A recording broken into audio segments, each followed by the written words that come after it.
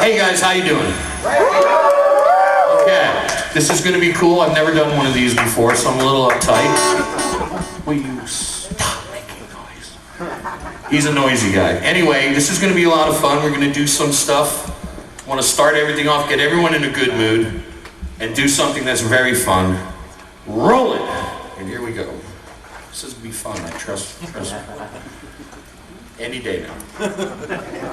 Well, we're waiting. Sorry about that. I knew I shouldn't trust you. Amy's battery just said, Awesome way to start. I told you to get batteries. I love that. I got two in the car. Why is it my fault every time?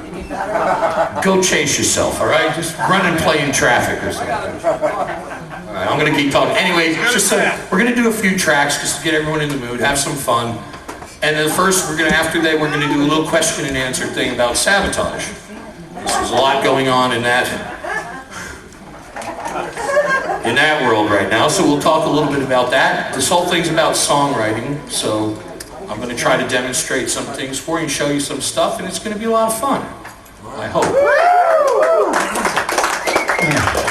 Electronics. We also have, I brought all those record plaques down because I'm moving and they were just sitting in a box. And I figured if anyone wanted to go, because I'm serious, they were sitting in a box. I actually had to dust them off. But I've never shown, no one's ever seen them before, so I brought them. So if you guys want to later, when we're done, we're going to hang out and talk a little bit. And, you know, we're going to have after the Savatage thing, we're going to do some more stuff and then talk about TSO. We're going to demonstrate and how we came to make that what it was. And we actually demoed up something where it's kind of like what I was given to work with. Do I have to keep talking? I don't have a script or nothing. Anyway, so we're going to talk about that. We're going to demonstrate some things, show you some stuff with that. Do a couple other things, and we're going to talk about the JOP record, the New Record Festival, which is, by the way, doing very well for us right now. We have some there if anyone wants to buy them. They're, how much are they? What? $25! That's ridiculous. I'll have none of that. $30. $15. 15. That's not Who are you? How are you making the prices up? No. Anyway, this is being filmed, and I've been asked to do some of these by Yamaha and some of the companies that endorse TSO, so we're under the gun tonight, folks. We're being watched. The eyes of the... Did you get that to work yet? I'm running out of stuff to say. I'm doing all my best lines here, and you're blowing it. Let's have some fun. You ready? Up!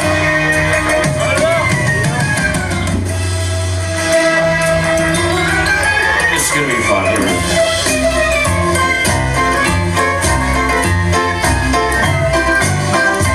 I love this stuff.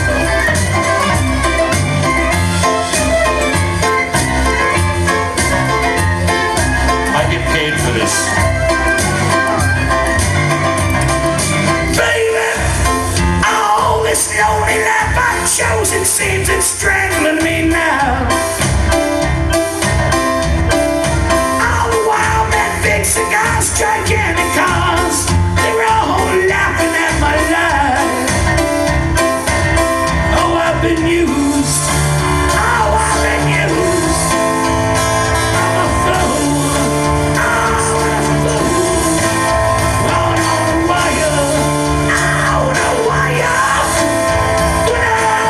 Let the show go on.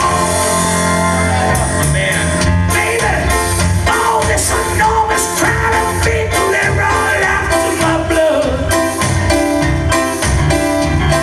I wish that they don't tear down the walls of this theater. Let me out, let me out.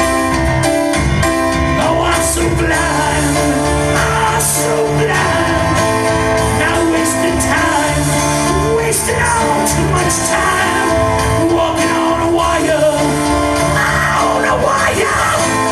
But I must let the show go on.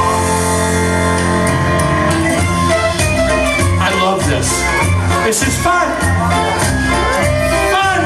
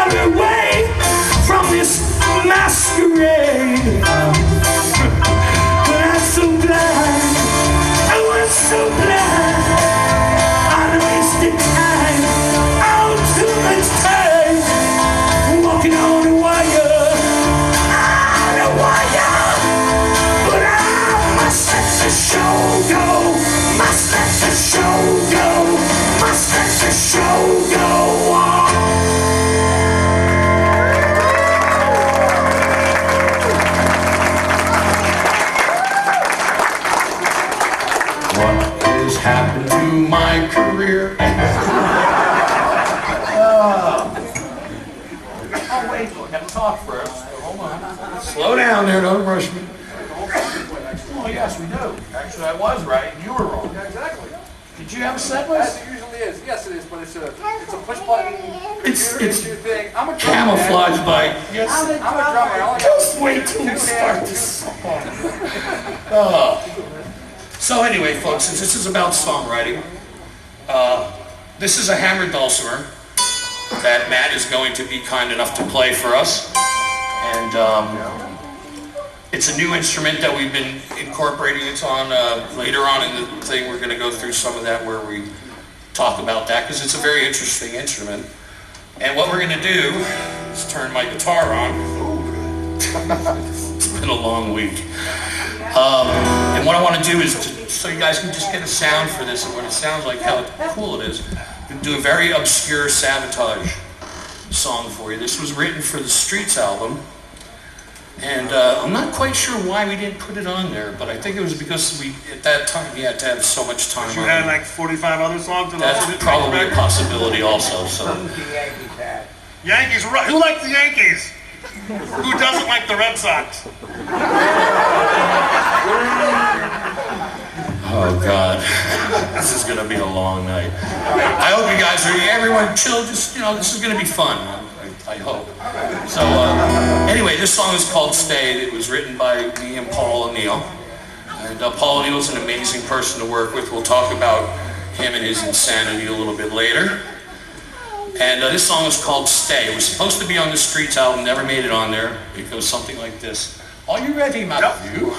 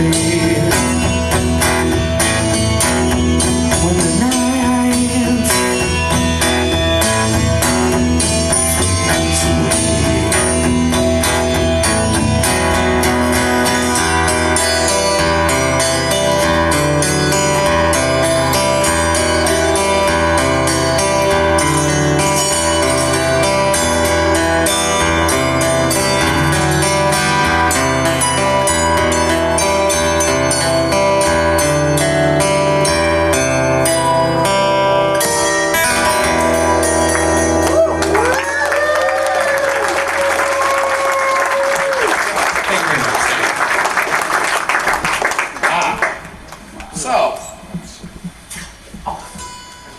anyway, we're going to talk about songwriting. So, to start this whole thing in the right direction, the first thing I ever heard that turned me on to, like, I want to be your songwriter was the Beatles album Revolver. And there's a song there called Eleanor Rigby, which I'm sure you guys have all heard.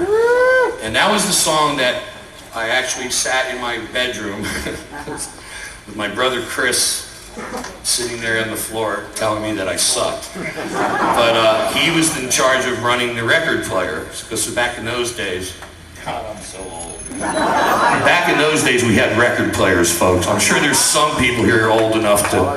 let me see the hands, goddammit. Make me feel good. Thank you. Chris, can you hand me that? So, there was Chris sitting there on the floor with the record player and putting on Eleanor Rigby, and me trying... It's just Diet Coke. That's for you. Jaeger. It's just Diet Coke. It's not Jaeger. Shit, I'm being watched. I keep forgetting that. Okay, it's Jaeger. No, it's not. Anyway, so Chris would sit there and he would put on, I was trying to learn to sing to it. And after he, told me I was quite bad at it, I continued. So that was the first song I ever really learned how to sing it. And the first time I ever heard orchestra instruments used on a rock record. Before that, my dad would play me like Count Basie and all that stuff. I was like, play me the Cirrhosis of Liver song.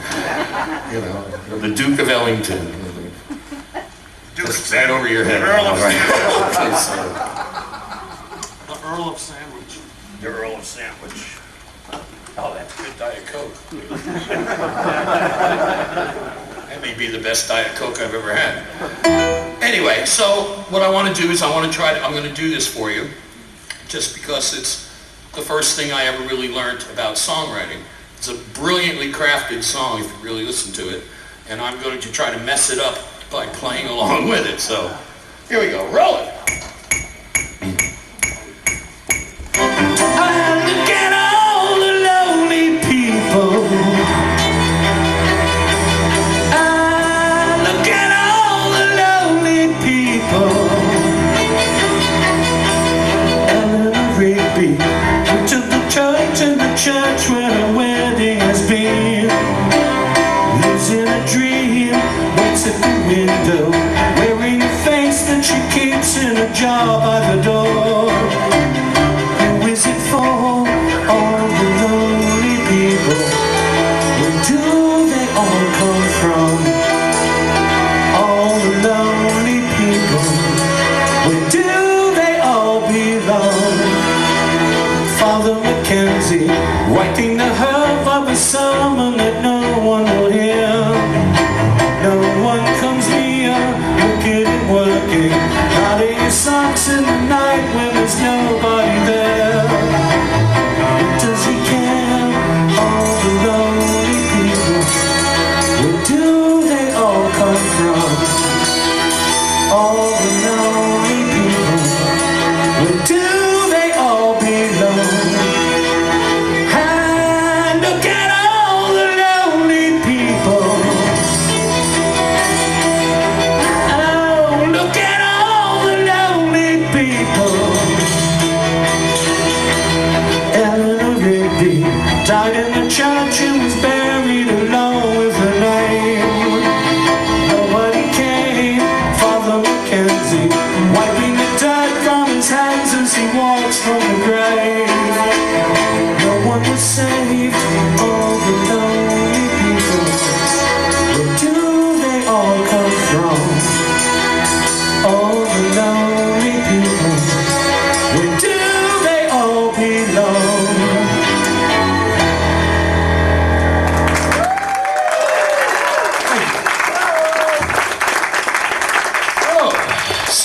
Sir. Thank you.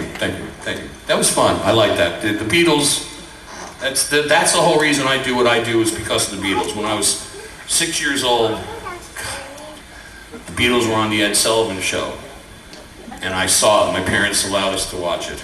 Okay, and the next day I wanted to be Ringo, because he was just cool. He had the big nose like me, and he had all the jewels. And I was like, hey, that guy's cool. So I got a drum set and I started playing drums.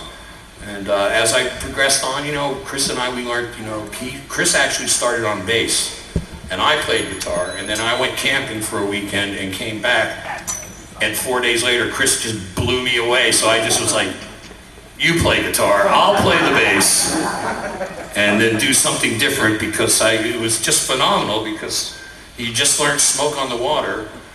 We just learned, my older brother showed us the, you know, which I could teach you how to do, you know.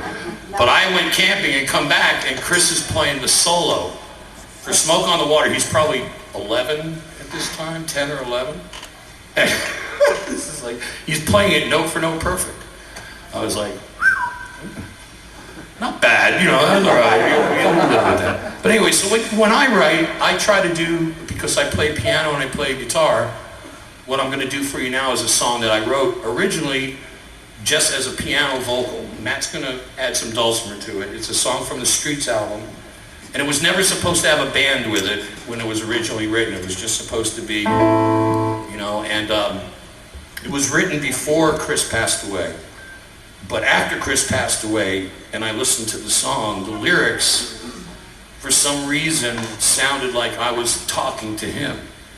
But that wasn't what the song was originally written about, but it was really weird. So it's a very deep song. It's called If I Go Away, and it goes like this, I hope.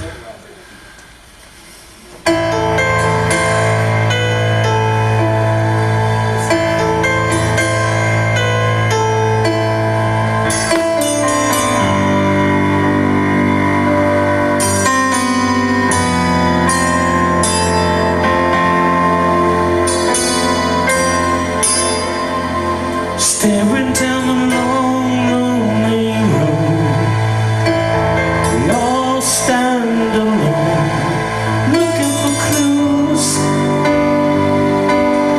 from a different view.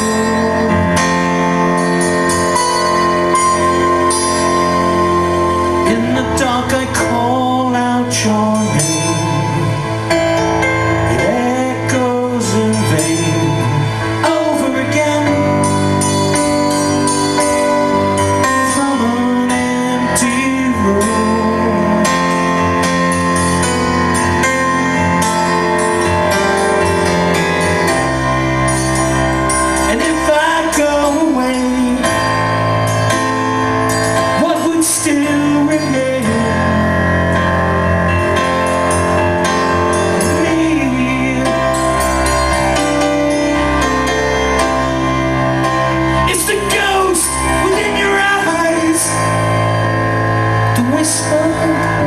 In your silence, you see, it's me, 'cause I'm always there.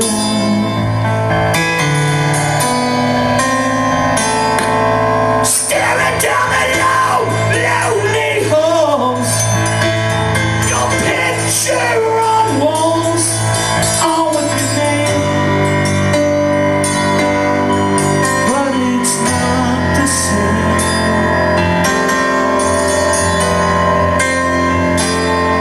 I'm searching for the chord I can't hear. I searched it for years, but it's somewhere inside. But it's well disguised.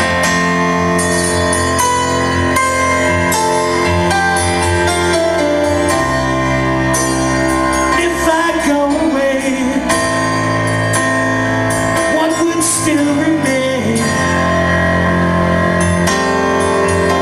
of me?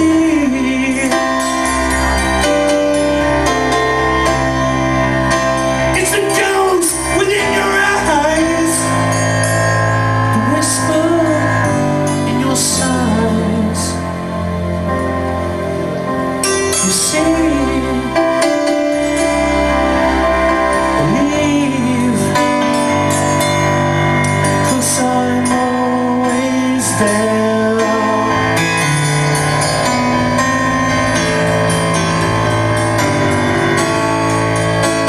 Someday I'll take the chance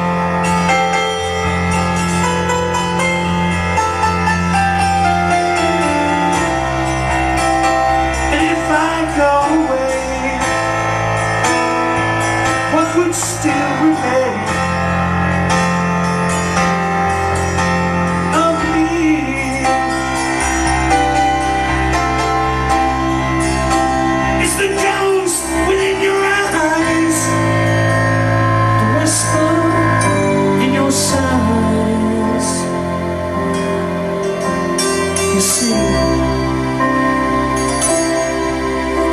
it's me. 'Cause I'm always there.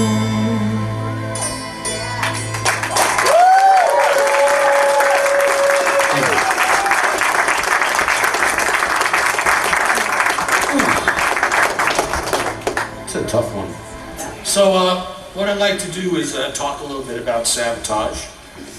We just released, or just coming out, a greatest hits. I didn't even know we had any hits, but they did a greatest hits compilation, parts 1 and 2. It's called, I know, it's like, I have hits there on the counter.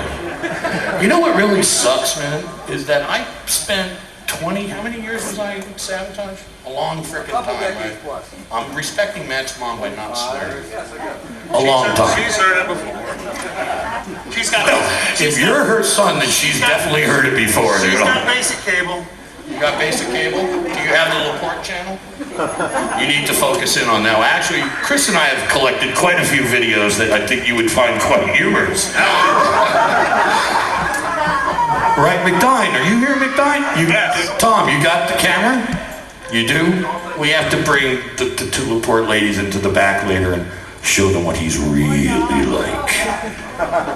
It's quite frightening, actually.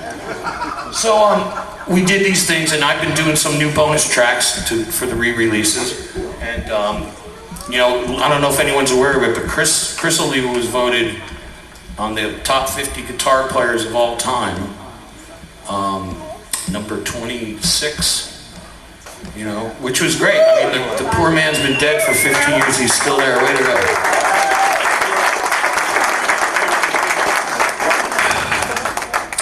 I was actually voted least likely to jump out of a window. So, but anyway, if anyone has any questions about Savatage or how we used to do things, if anyone wants to know, if not, we'll just plod forth. But feel free to raise your hand. Yes, please. When are you going to have a reunion? I'm gonna shoot you now. I knew it was coming. What did I tell you? And it's the first question. Okay, well, let me tell everybody something. Let's just clear the air with this whole thing right now. The Savatage really never broke up. That phase, I look at Savatage in 3 phases. Phase 1 was with Chris Oliva, which to me was Savatage. Was me, Chris, that other guy we had for a while, and then Johnny. What was the other guy's name? Yeah, that guy. That was the drums. The guy who stole all my t-shirt money, and that's why he got fired. Anyway. Yeah. So anyway, you know, that to me was Savatage. And then after Chris passed away, I think we kind of entered into phase 2, because we knew when Chris died, Paul and I had a long talk, and I was like, look, you're never going to replace that. You know, it's never going to happen. So a lot of people don't know is that when I stepped out after Streets, the real reason I stepped out was because my voice was trashed. Like, really, the guy said, it's like you've been gargling with rusty razor blades. And I was like, well, that's how it felt. So the original plan was that we brought Zach in, and I picked Zach as the singer because I didn't want anyone that sounded like me. I wanted a smooth voice, because in all the other bands we ever played in, we always had 2 or 3 guys that sang. Then all of a sudden we stopped doing that, and then my brother and Wackles look at me going, well, you're singing, man. And I'm like, well, but no, man, you're singing. So, and I never took singing lessons or anything. And next thing I know, I went from playing beer parties to playing Nassau Coliseum with Megadeth and Dio. I was like, you know, and Chris, God rest his soul, was deaf as a rock. And Wackles was deaf from birth. So, you know, I would show up at the gigs, and they would have these huge monitors, and we would do sound check, and I could hear everything great. I'd be like, God, this is great. Back to the hotel. Come back for the show, I'd come out, and all I heard was like, meow. I'm looking at the monitor guy, and he would just look at me and go like, and I'd be like, and that's what happened was no one ever taught me that you have to how to control your voice and breathe. And Todd, you know about this. Didn't I talk to you about this out of Morristown? By the way, Todd helped a lot on our album, backup vocals, and did a great job. He's a wonderful dancer, and he's a lot of fun at parties. But you know, I never knew any of that stuff. You know, I think I sing better now than I ever have in my career because I took some singing lessons. And the lady was like, I walked in and she was like, the first thing I was like, yeah, I need to learn how to breathe. Well, it looks like you're doing pretty good right now. But anyway, so that was the thing. So, you know, I never learned that. So with Savatage, it was like a very, very intense situation because everything was so loud all the time. I never really, so I blew my voice out. And then we got Zach, they told me, you have to take a year off or you're never going to be able to talk again. I was like, probably take a year off, you know. So I did, and the original plan was for Handful of Rain, I was going to come back into the band and we were going to have the two singers, which was going to be great with me because I was like, because I had to play all the, I call myself Octopus Man with Savatage because I had 2 keyboards here, 2 there, a vocal mic, Taurus pedals, and I was like, you know, back then I kind of drank a little bit, not that, you know, so it was kind of like, which one of these is the tubular bells? Oh shit, that's not it. You know, and my brother would be like, do it. I'd be like, you fucking try it. Sorry. Anyway, I had to let it out. But anyway, so that's how it went. So you know, that was the original idea. So you know, if anyone has any questions about Chris or anything, you know, talk about him or how he used to work or anything like that. If not, we're just gonna play on and we're gonna do another track for you. Do it. Should we do that? You got a question? You got a question? Question. Yeah, like when you and Chris would come up with songs, like how did you do it? Would you know, like he write some or do some guitar riffs and write around that? Yeah, that's a great question. I'm glad you asked that because Chris, my brother was gifted. My father is a concert pianist. My brother Chris got my father's fingers to be able to do all the, you know, I got cement fingers, but I got the songwriting thing. So what always happened is Chris would write. We used to trade cassettes. Kmart cassettes, you could get 20 of them back then for $5. And we would write, he would write like, you know,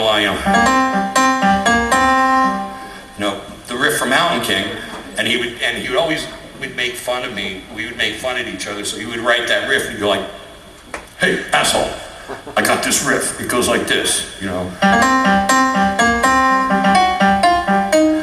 Like, yeah, he goes, but I don't have anything else. Write something, you idiot.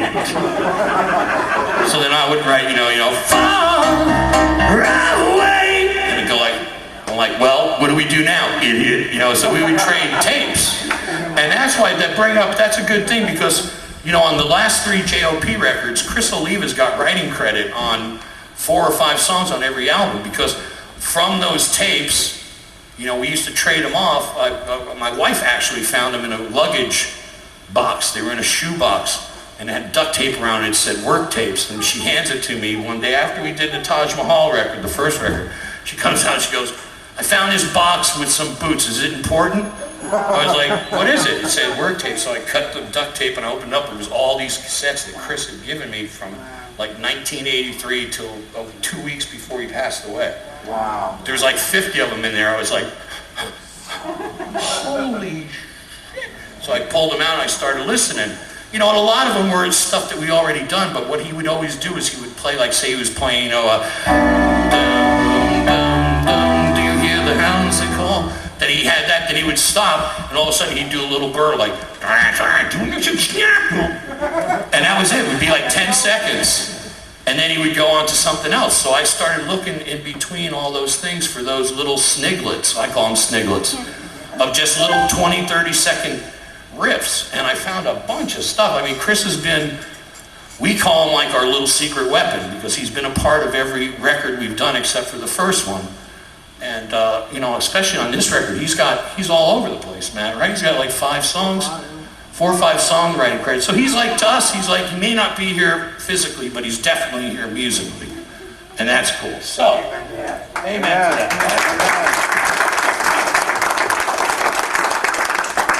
I hate guitar stands, you know? You know why? No. Never mind. Are you getting paid for that? No, good. Well, in that case. Clearly I am not. That's good Diet Coke. So anyway, the next song we're gonna do. No.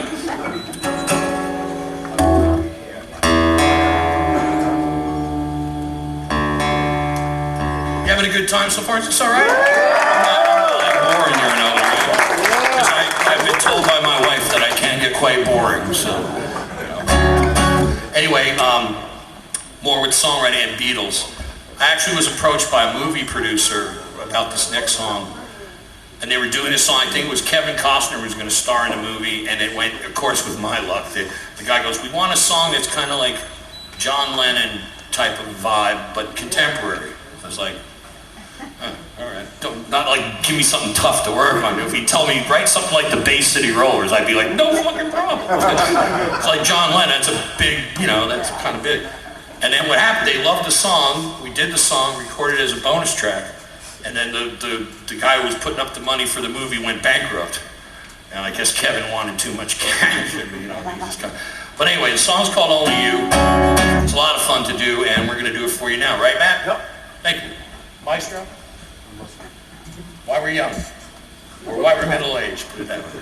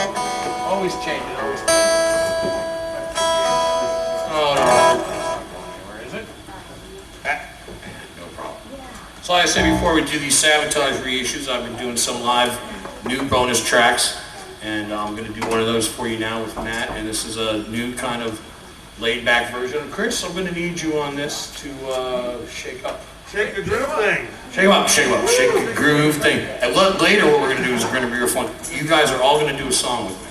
We're going to hand out some stuff for you guys to play. We're going to play a song together. And that should be freaking hysterical. But first time we're going to try it. So you all get ready for that because you're going to get your music brain on. While we're young.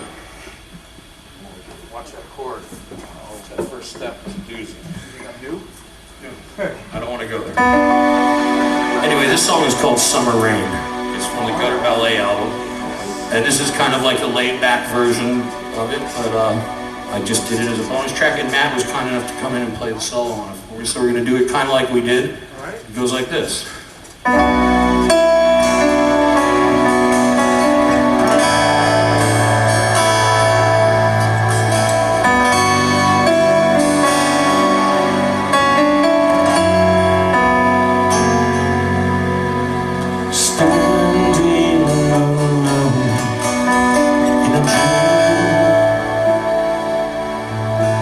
When nothing is real,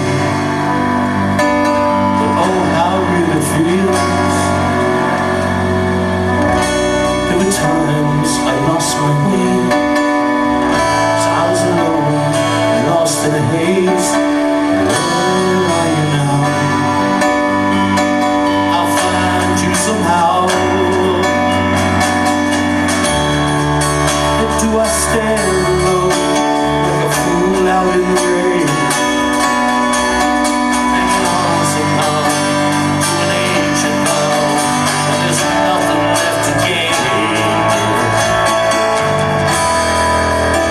And do you know how it feels inside to be all alone, a fool in his prime? Scars on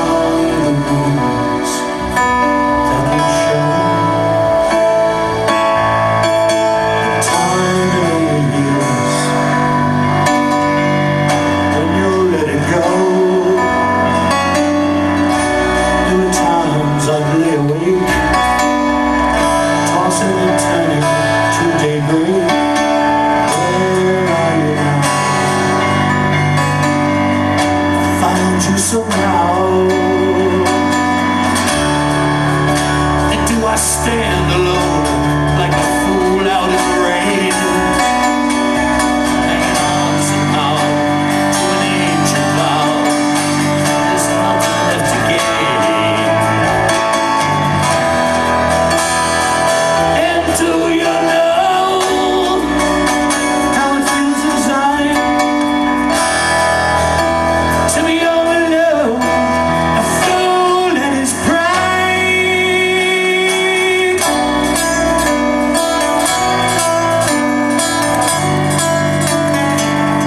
In the summer rain,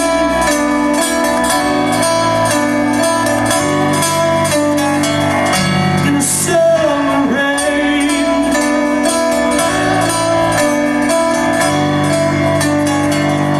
in the summer rain.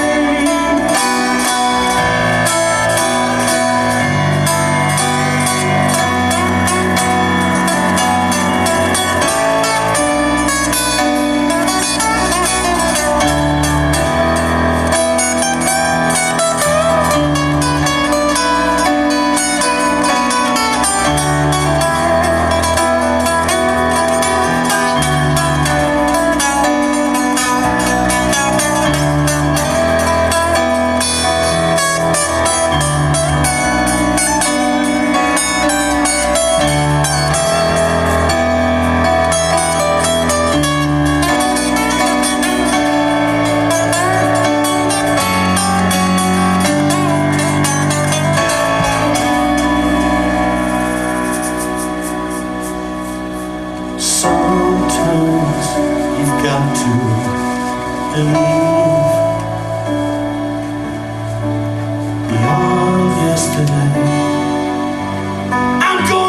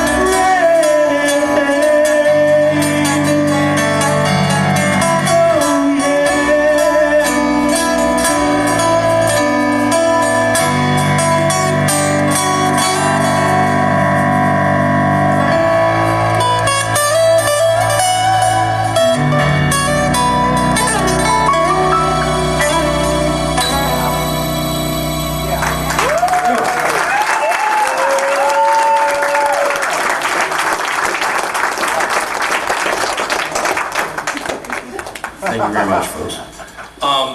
Let's go to Trans-Siberian Orchestra. We'll talk about them for a while. We did the Dead Winter, I call it Dead record, Dead. We just laughed, you chubby little bastard, you. With a Red Sox hat. This is a great story, man, and this is the God's honest truth. You know, we just done the Dead Winter Dead record, and we did the song 1224, you know. And we'd already had an instrumental on the album, which was the what is that called? I gotcha! Okay. That's $10, please. No, it's called Mozart Madness. So we already had. So Paul O'Neill comes to me and goes like, "John, got this idea." I'm like, well, okay. And he goes, I want to do this thing. He says, I'm working on this for the Scorpions. The song was originally going to be a Scorpions song. So he goes, but there's only one problem. He goes, it doesn't rock. He says, it's just this. He says, do you think if I give this to you, do you think you can make this like a Savatage song? And I'm like, well, what song is it? He's like, you know, the one that goes in. I'm like, are you been drinking or something? Are you crazy? He goes, oh, I'm going to send you this demo. And then we're going to talk about this. So where is that thing? You have that? You do. Just efficiency personified, folks. So what I'm going to do is demonstrate what we did. Now, you know, TSO, when he first came to me with the idea, we knew Savatage. You know, after that, we were like, Savatage never really, that phase of Savatage really never broke up. Really, all we did was we outgrew the name Savatage. And the story that I tell, you know, that's the perfect thing is when we did that song, we sent it to 500 radio stations, said, you know, Savatage, 1224 from the album Dead Winter Dead. And nobody played it. They told us that they listened to it and said that it was too heavy to program. And we don't play heavy metal bands from the 80s anymore. So I'm like, great. Any more good news, man? So Paul O'Neill calls me one day, typical Paul O'Neill hours, at about 5 minutes to 6 in the morning. And I'm like, someone died? What's going on? John, this is what we're going to do.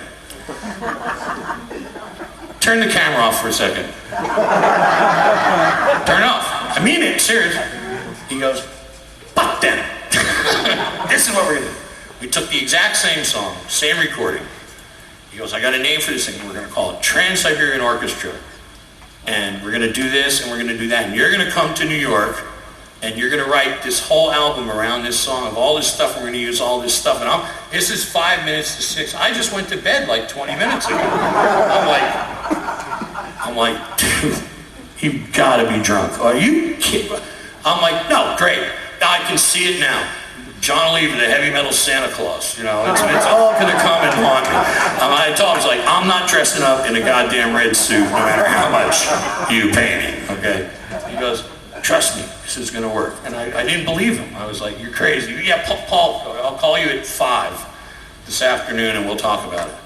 So we did, we took the same song, we changed the name, Trans-Siberian Orchestra, slapped an angel with a Christmas tree, sent it to all the same stations that we sent it to the year before that said that this is awful, we can't play it, it sucks.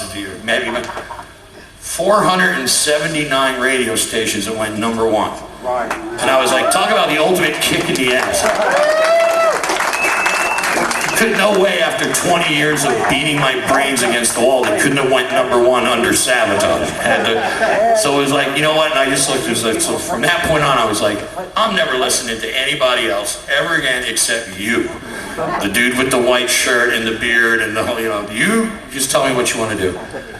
So a quick story about 1224 because it's very interesting. When we first started working on it, this is what we had. We demoed this up last night, so it's very rough, it's very quick, but just to show you how the whole Trans-Siberian Orchestra sound, to me, was created, was by doing this. We're going to start with the sleigh bells, because at first there was no drums. The thing I first heard was sleigh bells, and it was cellos going. That was it. and then we had the bells.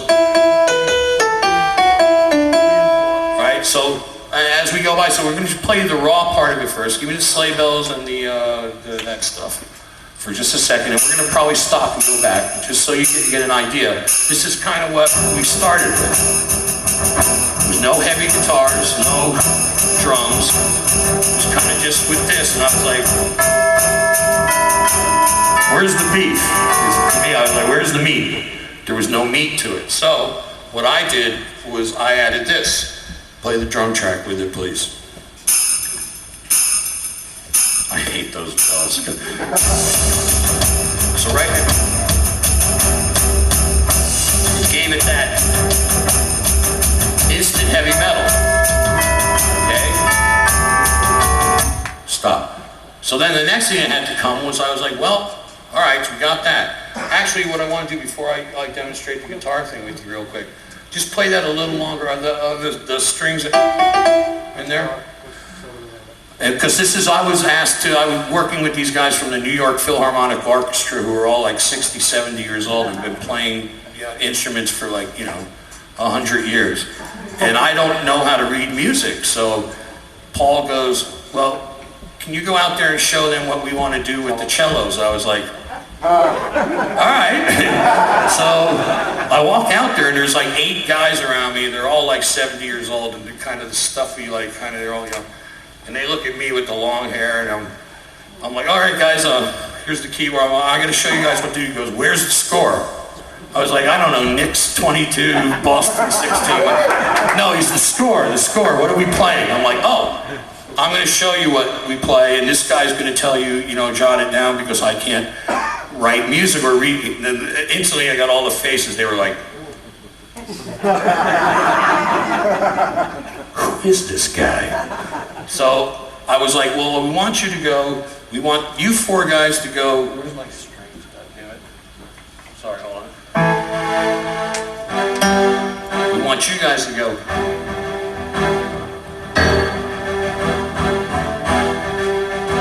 Then I want you guys to go.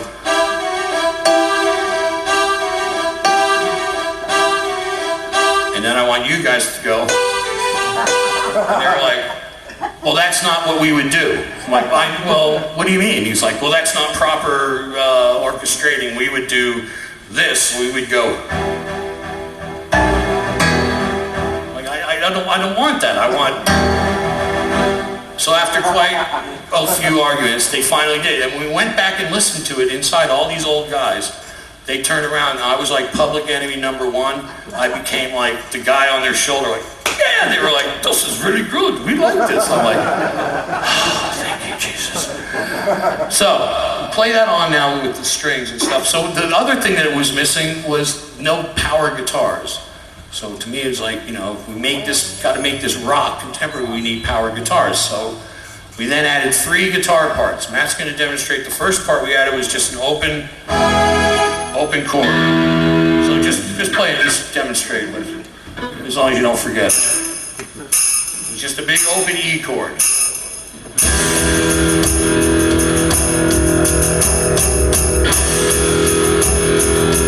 Okay, so that was part 1 that we added. Stop.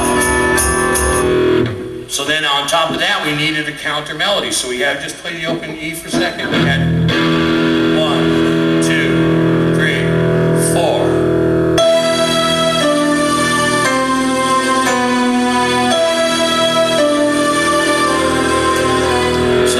That as the second part. Then the third part was where we actually did the Chris Oliva metal pick chunking.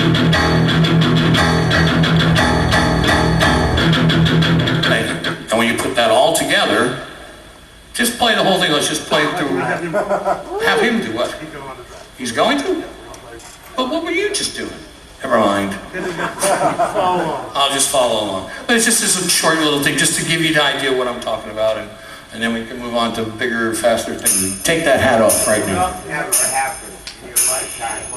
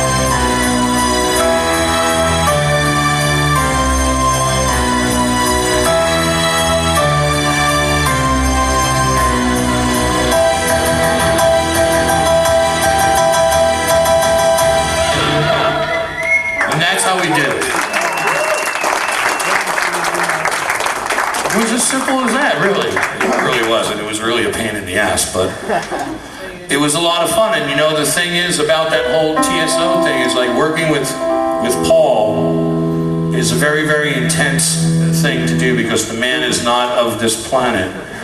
He doesn't do drugs, but I would swear he was on cocaine all the time because he has so much, and he has the energy of like a 10-year-old. And he is like mentally wears you out just to, for some reason, I can understand him because he does a lot of singing parts where he's like, I want you to go, no, no, no, no, no, and the other guys are like, what note is but I, for some reason, I go, you mean, God damn it, work. It's been a long day. You know, like, he'll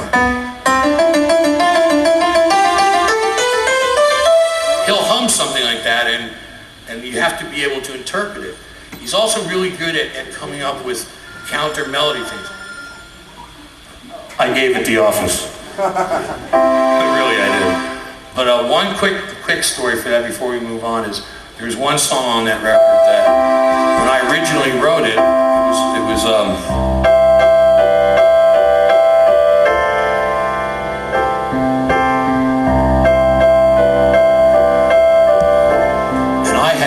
and I had it going. These days are fun to bring the morning lights to carry on, and in the west the summer song. That's what I had. I played it for Paul, and he's like, John? He always starts with that. First he calls me Bob, Frank, Adam, Jeff, John. I'm like, John, 86. Remember, 86. And so then I started playing. He came up with the melody line, and I think it was better than what I had. It was, so tell me, Christmas, are we wise? More today than any other day. Perhaps it's only in our minds. And near to believe that we were meant to be. So I was like, wow, man. I had to I had to have him bribe me. I was like, well, I'll tell you what, we'll use your melody if you give me $1,000. I'm only kidding. It was $2,000 actually. But and that's how we did that. So the TSO thing, just to put a thing, it's a very intense thing. It's quite amazing what's happened. I mean, the thing sells 80,000 in Cleveland, Ohio last year. In 2 days, we played 4 sold-out shows in 22,000 seat place, and I'm just looking around going like, You went to Youngstown first. You were at the first show. were you? I wasn't there. Are you from Cleveland? Well, I mean, Cleveland, you guys, these guys with 80,000 people. I'm like, it took me like 10 years to play in front of 80,000 people with Savatage. It's like 2 days. It's like, It's a travesty. it's a travesty. It's like, I like you. What's your name? You came here from Cleveland? Why? For this? Oh, you're nuts. You're nuts. You're nuttier than I am. But anyway, so we got through with that. So just to sum up that thing, Chris, before he passed away, was working on some instrumental stuff. Chris was very instrumental in the starting of TSO because he convinced Paul that he was wanting to do a solo record that was all instrumentals with orchestra. It was really Chris's idea at first. And unfortunately, we lost him, and it just kind of, but if he was alive today, he would be the guitar player. No offense against Al or anybody, because those guys are brilliant musicians, and they're great, but even they'd tell you, he was a special talent, so, yeah, he was special. So what we'll do is, let's do Chris's song. When Chris passed away, everything got screwed up. Paul and I wrote a song for him called Alone You Breathe. So, I'm going to try to do this. I really wish I had more Diet Coke, Dave. Hint, hint. It's gone? You drank all my Diet Coke?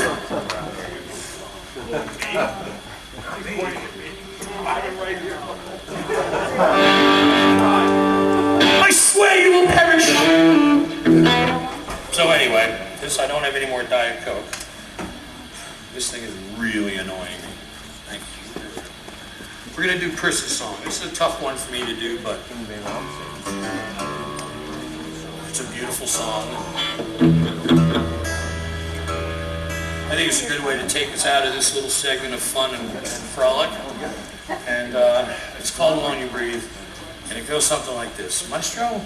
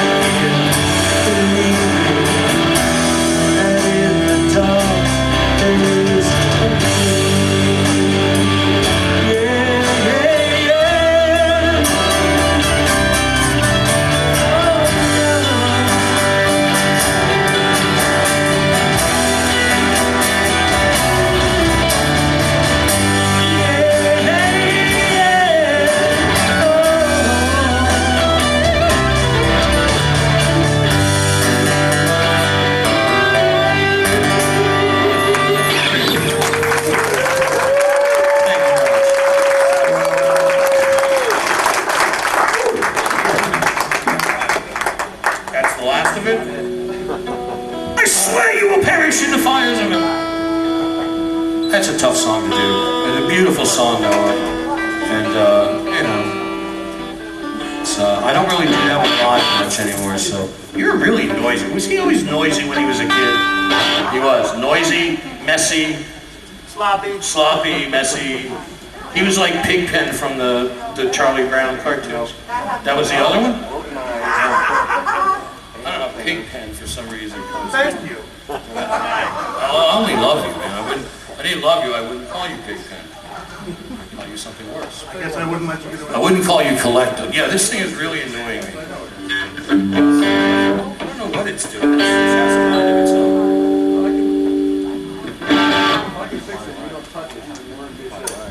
I'm not going to touch nothing. This is a good diet. So, what we're going to do now, Talk about our new record. talk about our new record. I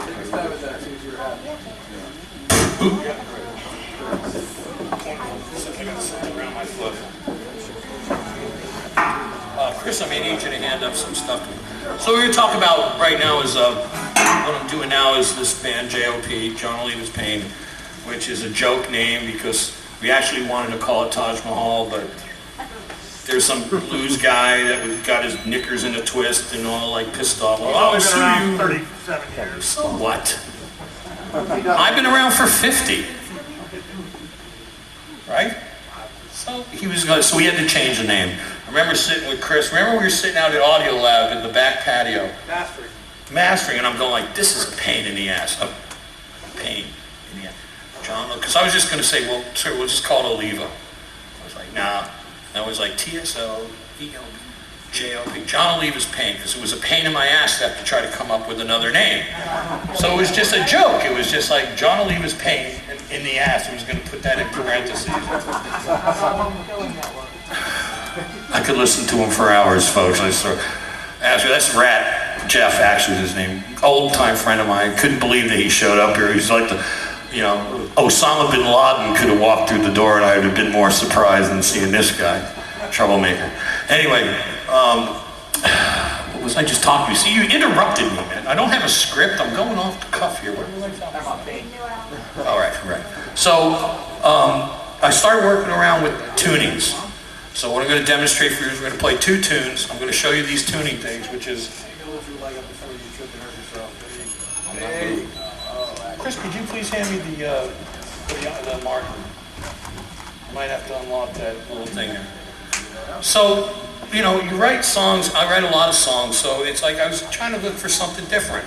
And I'm like, well, let me mess around with some tuning things, because I read a story about Jimmy Page and how he did a lot of weird tuning things, and I was like, well, I'll do it. So I got a book about tunings. And I was like, I'm not going to use the tunings in the book. What I'm going to do is I'm going to use half of them. So I'm going to tune it to what half of it says, and then I'm going to come up with my own stuff, the rest of it. Which is kind of insane, because it's like, you know, it's already there in the book, idiot, just do it. Not me. I had to come up with the hard way. So like this particular tuning, this string is not what it was supposed to be, but these are. Okay, these are by the book. No, just the fourth, third, and second. The fifth is not. No, I didn't get to the fifth yet. 1, 2, 3, 4. You worry about let me worry about my math here, all right? I never was good at counting, so. I only see, so I'm not. Okay, yeah, you don't know what you're talking about. So don't pay any attention to him, folks. He just works here. But anyway, so what it was, yeah, he's probably right, whatever. But what I did was this string here, the last string, was supposed to be, was here. That's what the book said, was to go. What I did was I went and was able to come up. Then the next step was like, well, now what do you do? So I just said, well, I'll just try to play regular chords that I play and see what happens. Oh, that's a weird sound. It's a regular D chord. Play a D chord real quick. I got nothing. Great. Guitar player who doesn't have a guitar with him, no problem. So, you know, D chord, it should be, you know, but different. I was like, wow, that's kind of cool. You know, and then other things kind of like, the thing we're going to play is this thing where with this tuning, the only way you can get these chords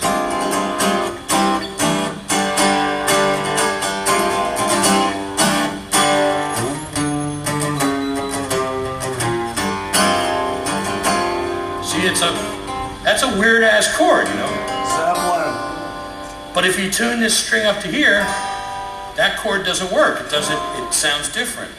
So I was like, I may have, foolishly stumbled onto something here. And so this first song we're gonna play is off the album. I may have you fade it out before it gets too boring and that, so we're just got, but to demonstrate this, how this came about, I tried, believe me, I tried to tune the guitar regular and try to play this. So I'm like, well, we got to play it live. What am I going to do? I have these guys, the guitar tech's going to commit suicide. He's going to be like, how many goddamn guitars you got out here? But this is a song, it's called Afterglow. It's got over 130 tracks of music on it. Hello? Hello? It's for you. It's the gardener. Anyway, so this is called Afterglow. So you can listen to this. It's tuned in an open G something. And here's some of the...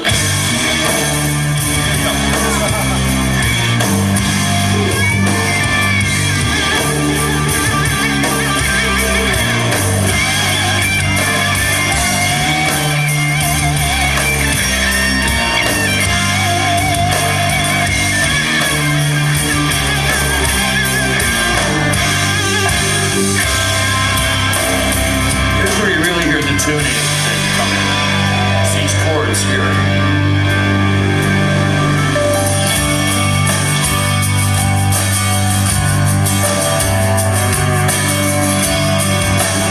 See how those overtones? Without the tuning like that, you don't get those harmonics ringing over, which creates the whole atmosphere. I'm just going to play a little bit of it to get an idea. Because it goes from this weird tuning, when it gets heavy, it goes back to the... I'll show you. I'll point it out. It's a cold, hard day. Deep down inside, shaped by the love, the evil and holy, it chooses no sides. Still in the same tuning. It's hard. Get these next chord. I call it the horror chord. Right? This chord right here.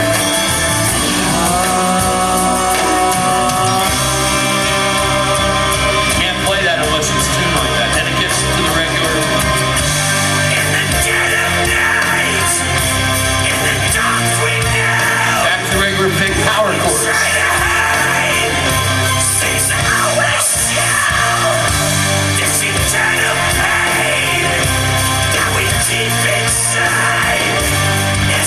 This is the other weird chord that I just played for us here. In the darkness of night, there is nowhere to hide in the afterglow.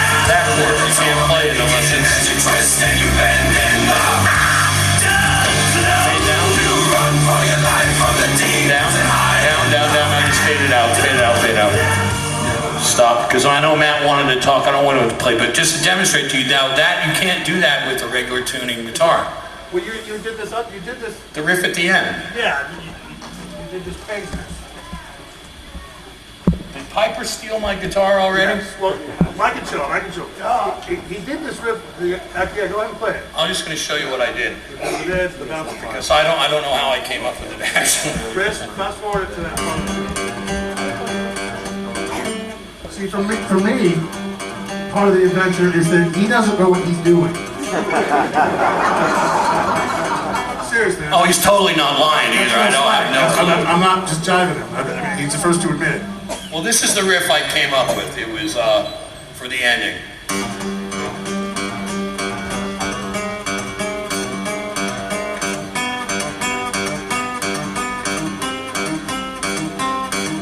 Which is cool enough, for sure, totally, but then he goes, now solo over that, which is much harder than it sounds because you do 4 things, and then you do 3 more. Every one of those, you imply a different chord. I won't go into the nerdy music theory part of what it is, but let's just say that they don't go together, okay?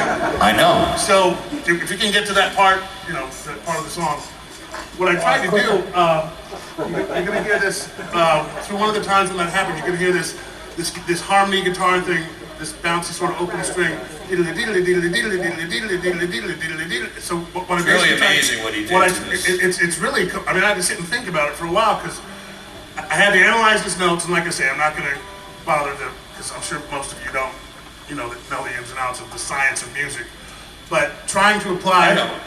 my teacher's style, the science of music, to I've done all right. gibberish, which it always sets up really cool adventures. So what I had to do is I had to figure out what crazy chords he was implying. Just telling it like it is. So you're going to hear this guitar. I'll point it out. Yes, question. I want to know why in the middle of that did you just throw in a jazz part? Well, we'll get to that in a second. That was interesting. You're going to hear this crazy jazz part that he. Well, just go play the ride out for you because it's But, really you're gonna hear this. amazing You're what gonna he hear did. this guitar thing, this and it's just what I'm trying to get across is there's always these little adventures for me because he's writes this crazy stuff. Crazy. It's musically just like the 80, 70, and 80-year-old string players you're talking about, looking at you funny, going, "Well, that's not right." Well, dude, it's not right. You know what I mean? No offense, not that it's not awesome. Sorry that I'm not It's, right. Things that sometimes Eddie Van Halen writes fake things that aren't right. That's, a lot, Nirvana's songs weren't right. My mom always told me it wasn't right. They weren't in key necessarily. But I have to, those of us, Justin, Craig, guys like us who have that music theory background where everything's got to fit in a box and this scale's got to be played with this chord and that's how it is because we're guitar nerds and that's the rules and we follow them or we, Never liked nerds. Well, I was an anti-nerd. I used to put nerds in the gym lockers. so anyway, when he writes a part like that with that little bouncy thing, I have to sit and analyze and go, well, what chords is he implying there? And then figure out what my, icing on the cake is. So I'm just going to point it out, and it sounds really cohesive, and it doesn't sound like it's, not in the same key or gibberish. It sounds musical and like a full, fully completed idea. But believe me, part of my fun with playing with him, and it happens on half of the songs that he writes, is because of his unschooled nature, which is the complete opposite of me. Am I an idiot? I'm a music nerd. I'm a teacher. I taught back here for 20 years. So for me, everything's got to fit into a little box. You know what I'm saying? It's got the right scale has to be played with the right chord, and if it's not, we're doomed. We're doomed. So anyway, I'm going to point this part out to you. So it's just, my role, I get these wonderful little adventures where I have to apply the science of music to this, Gibberish, I think is what you called it. But I guess I did. Anyway, Cohesive gibberish. Here's to his gibberish. What do you say? Here's to his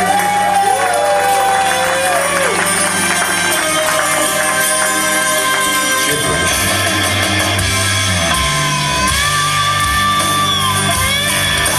Go a little forward.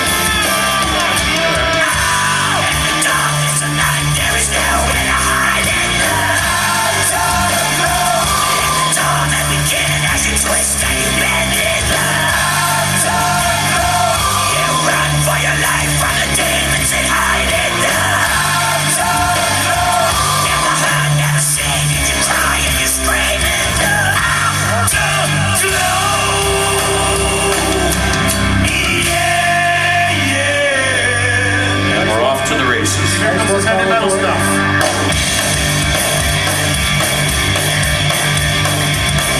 All that from Motor. Now here comes that riff the first time. I put a little slide guitar over it, that was easy enough, no big deal. And if you listen to that riff, it's kind of, it's an adventure, let's put it that way. Now here's what he's talking about, this jazz part we threw in.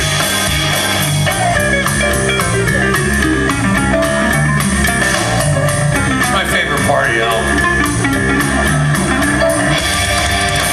Alright, now coming up next is that same riff again, with this little doodad pull-off thing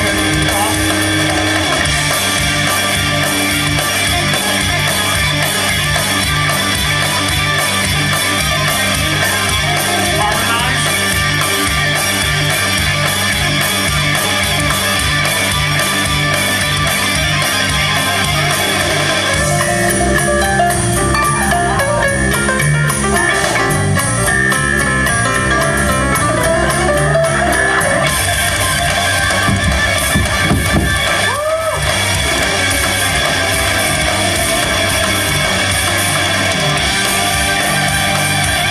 fade it out first.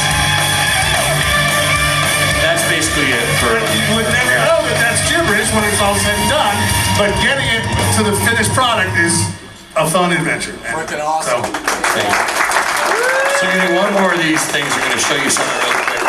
This is really the weirdest one of all. Chris, can you hand me the Crystal Lima guitar and just put the switch onto that and do this real quick. So this is the weirdest thing I ever came up with. I don't know quite how this happened. This is even weirder than the rest. This is weirder than any of them. I'm taped. Anyway.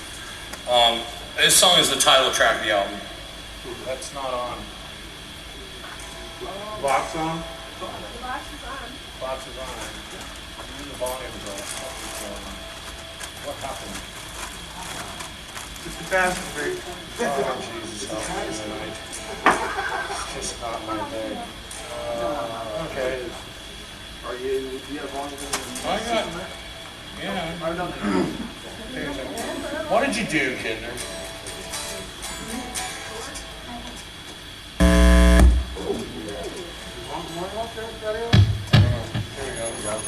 Can we just unplug it from whatever line thing they got going on? Just nothing. Guitar plug it? Yeah.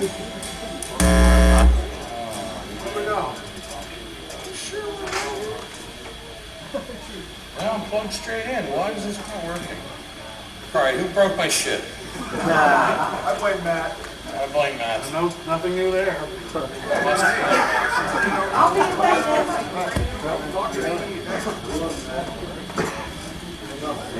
That is so weird, man. It was working a little while. There we go. Ah, rock and roll. What is it? Is it the chord? John, your guitar? No, he just touched something in the back. It's, I mean, I never touch anything. Oh, this is awkward. Awkward. It's haunted. This whole store is haunted, I'm telling you. Here. Can I just have your chord? Yes. Hold on, let's use his. It's only take a second.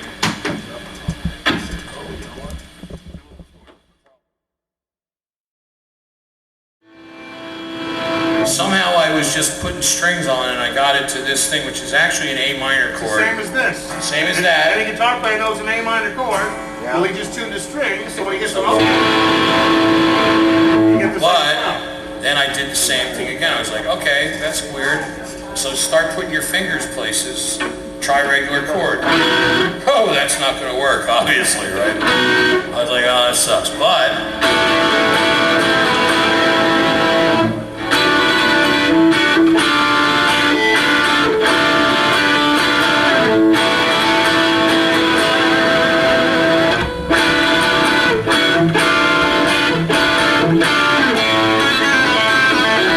see that riff there,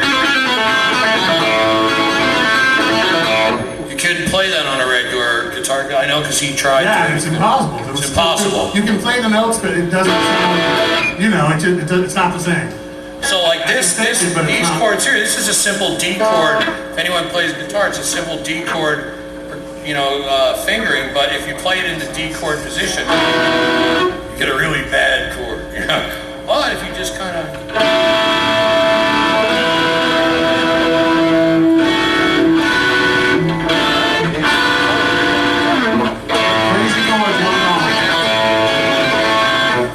And that's what we did. So we're going to play a little bit of this track for you, then we're going to move on to some more live stuff. Maestro! This is all A minor tuning. And I must say, I did play the guitar on this.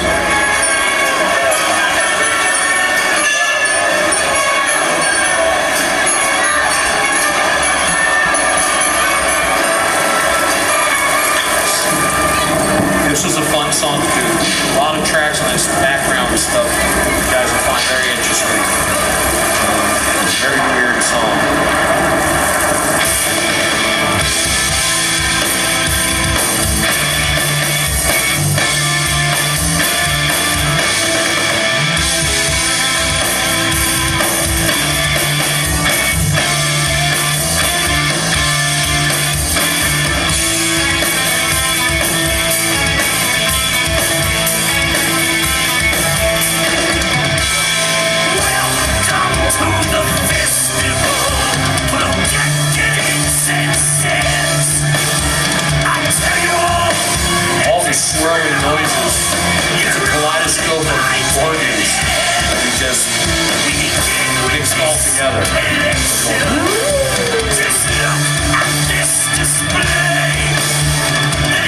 Old carnival organ.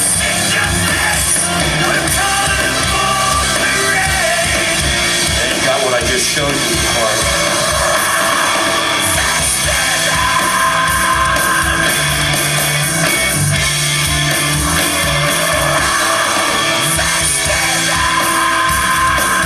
And the riff, which you can only play with this tuning, which is this riff right here.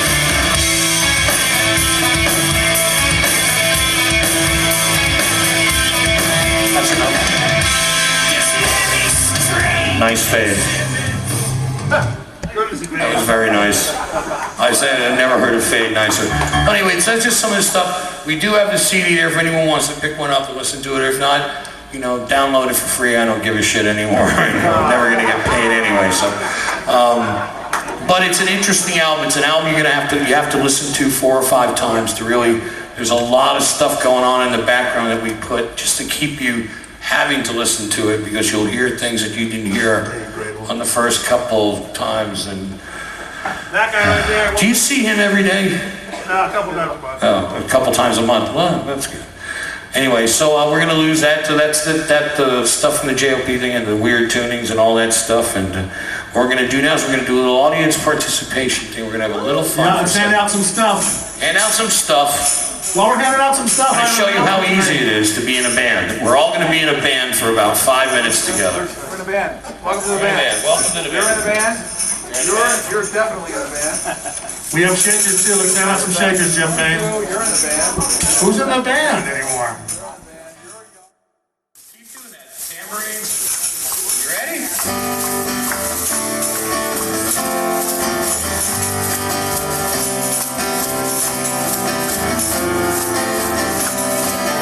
Here I stand, head in hand, turn my face to the wall. If she's gone, I can't go on, feeling 2 foot small. Everywhere people stare, each and every day. I can see them laugh at me, and I hear them say,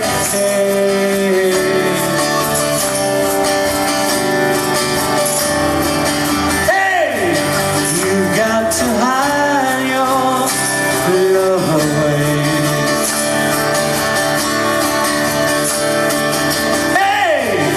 You've got to hide your love away. Very good. How can I even try? I can never win. Seeing them, hearing them in the state I'm in. How could she say to me, love will find a way? Gather round, all you clowns, let me hear you say,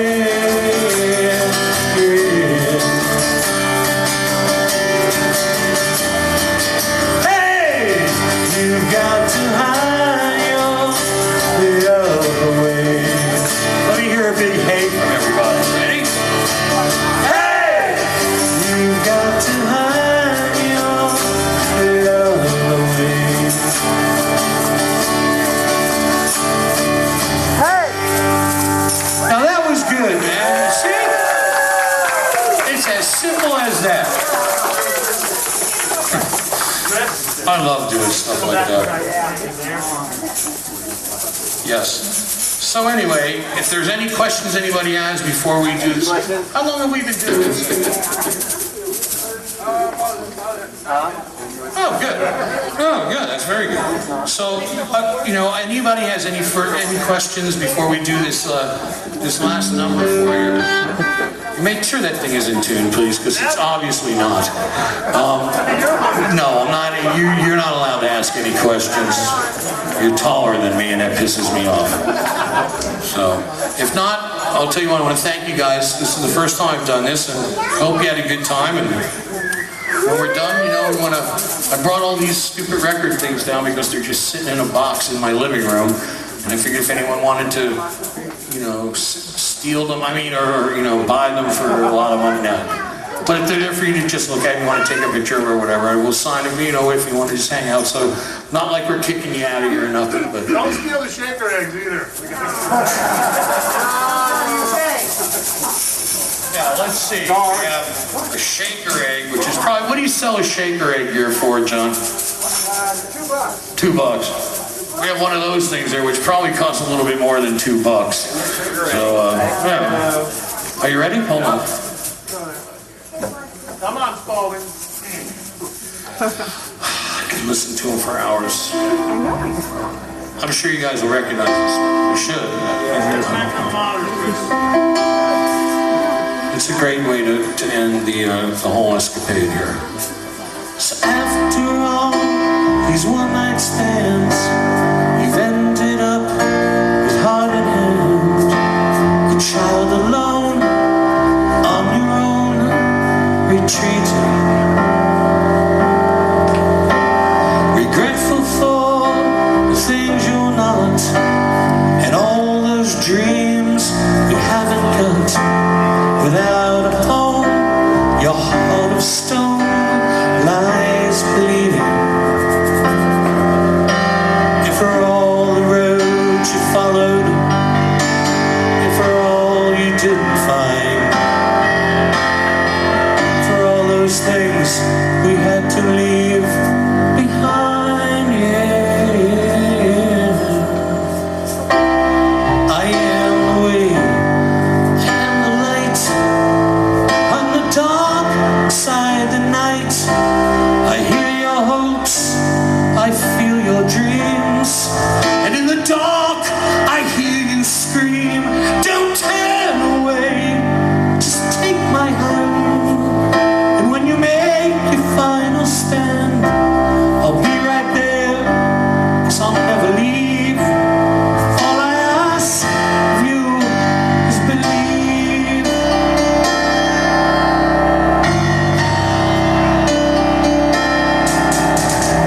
It was so intense, why not erase your innocence? A string, grown up wings, we needed. But when you had to end them, you found that you weren't quite enough to get you in, pay for sins, repeated. And for all the years you borrowed, for all the tears we cried, for all those fears you kept inside, yeah. I am the way, I am the light, I am the dark inside the night. I hear your hopes, I feel your dreams, and in the dark I hear your screams. Don't turn away, just take my hand. When you make your final stand, I'll be right there, I'll never leave. All I ask of you is believe.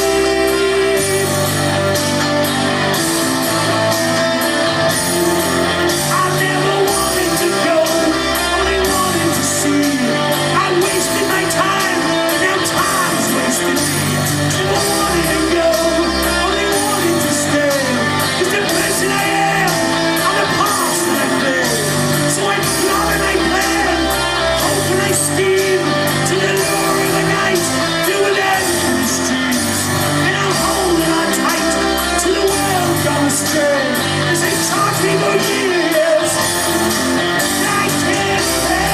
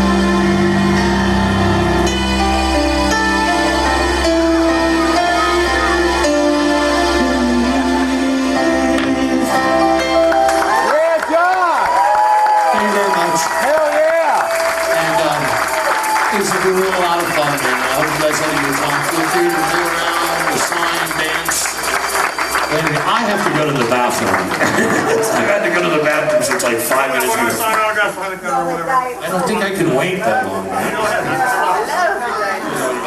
Sitting there with my legs. Thanks very much, folks.